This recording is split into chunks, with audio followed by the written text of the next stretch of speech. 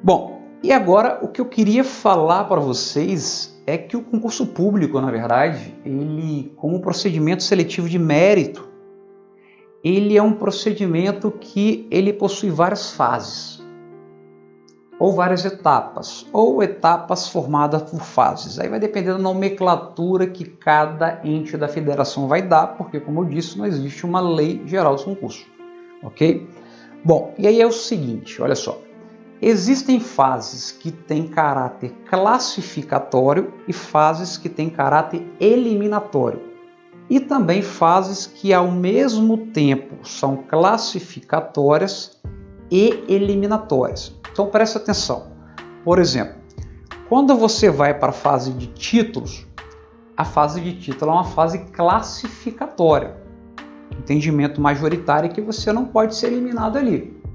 Você só vai aumentar ou não a sua posição na ordem de classificação em razão do seu conhecimento profissional, provado através de documentos exigidos e pertinentes com atribuições do cargo, como, por exemplo, uma pós-graduação, um mestrado, um doutorado, uma experiência profissional, ou seja, algo relacionado ao cargo disputado que demonstra que, caso você seja contratado, você já tem uma certa experiência e isso vai ser positivo para o poder público. Mas é claro que, por exemplo, a partir do momento que o maior peso para a aprovação do candidato é o fator título, aí já deixa de ser mérito para ser algo que possa gerar um direcionamento e ser inconstitucional. Então o título ele tem que ter pertinência e ele não pode representar, a maioria da pontuação sob nenhuma hipótese. Então o título é uma fase, posso dizer, quando há, porque não é obrigatório ter, tá legal? Uma fase de caráter classificatório. A prova objetiva e a prova discursiva, ela pode ser classificatória ou eliminatória. Então, por exemplo, vamos imaginar que no começo do concurso público eu tenho 10 mil candidatos. E aí o edital diz que esses 10 mil candidatos eles irão para a segunda fase, que é a fase de prova discursiva, e terão todos eles as provas discursivas corrigidas. Então perceba que eu não coloquei nenhum entrave para que o candidato que fez a prova objetiva, ele pudesse avançar para a segunda fase, que é a fase de prova discursiva. Então, nesse caso, a prova objetiva ela teve caráter exclusivamente classificatório, ok? Só que percebeu-se que existem concursos que eu tenho 1 milhão de candidatos inscritos, como INSS, Caixa Econômica Federal e diversos outros que a quantidade é enorme. E eu jogar isso, de certa maneira, seja para a administração ou para a banca examinadora, isso de certa maneira gera um custo muito alto. Então, o que eles começaram a fazer? Criar regras de afunilamento, vamos dizer assim. Criar regras restritivas, de modo que se o candidato não avançar, não ultrapassar essa barreira imposta pelo edital, ele é eliminado, mesmo que ele tenha feito uma boa pontuação. Então vamos supor o seguinte, olha só. Vamos supor que eu tenho um concurso público que já comece com 500 mil candidatos. E ele tem prova depois discursiva, tem prova oral.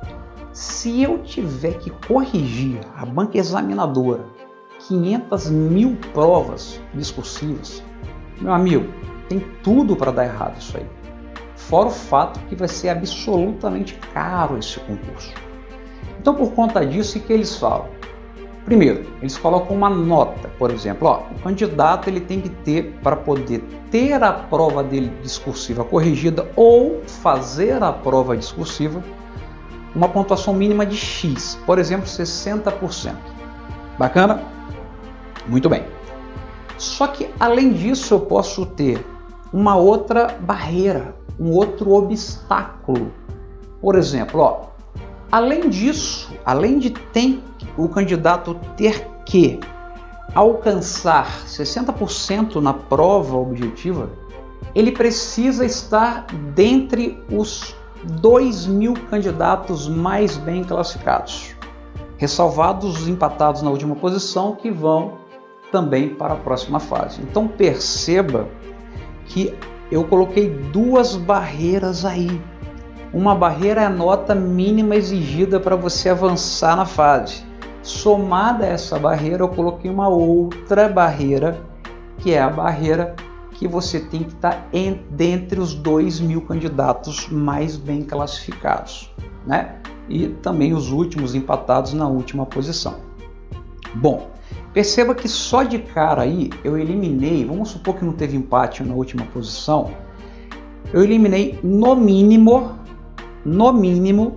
eu eliminei aí 498.000 candidatos, porque só 2.000 candidatos vão continuar para as demais fases. Essas regras previstas no edital que impedem que o candidato avance de uma fase para outra são chamadas cláusulas de barreira, porque são barreiras que o candidato tem que avançar para passar de uma fase para outra. Veja, isso é intraconcurso, não é pós-concurso, ok? Não existe cláusula de barreira ao final do concurso. Quando o STF julgou o tema, ficou muito claro isso daí, no sentido que ele conceitua as cláusulas de barreira como sendo esses obstáculos, essas restrições para selecionar os candidatos mais preparados, de modo que para passar de uma fase para outra tem que superar essas barreiras. Tá legal? Quando isso acontece, eu digo que a fase tem caráter eliminatório. Tá legal? Nesse caso foi uma cláusula de barreira, mas existem outras fases do concurso público que não tem a ver com a cláusula de barreira, que tem caráter por si só eliminatório. Por exemplo, o psicotécnico. Ou você passa no psicotécnico e é apto a continuar no certame, depois a gente vai ver que não é qualquer concurso que eu posso exigir o psicotécnico, ou você reprova e está fora, porque para aquele cargo específico é necessário você ter um equilíbrio emocional, mental, acima da normalidade, tendo em vista as atribuições do cargo, como na área policial. Então ali ou você está apto, está dentro, ou você está inapto, está fora. Ocorrem muitas ilegalidades na aplicação do teste, eu vou mostrar para vocês. Mas ele sendo conduzido corretamente, ele tem pertinência, tá legal? E o objetivo dele seria esse, e é uma fase eliminatória. Da mesma maneira, a investigação social. Ou você passa ou você não passa, não tem meio termo. Tá legal? Prova física em regra também, mas já havia edital colocando como possibilidade de classificatória, mas em regra ela é eliminatória também. Ok? Então a ideia é essa. Se por algum motivo você, seja por não ter obtido a pontuação mínima, seja porque não ficou dentre aqueles que serão convocados para a próxima fase, ou nessas outras etapas, como psicotécnico, investigação social, você ficou reprovado, a fase eliminatória você está fora do certame, tá legal? Nada impede de você questionar, só estou explicando para vocês o que é isso daí, combinado? Depois eu vou falar para vocês no próximo encontro a diferença de cláusula de barreira, que foi julgado pelo STF, para cadastro de reserva numerado, ok? Aguardo vocês.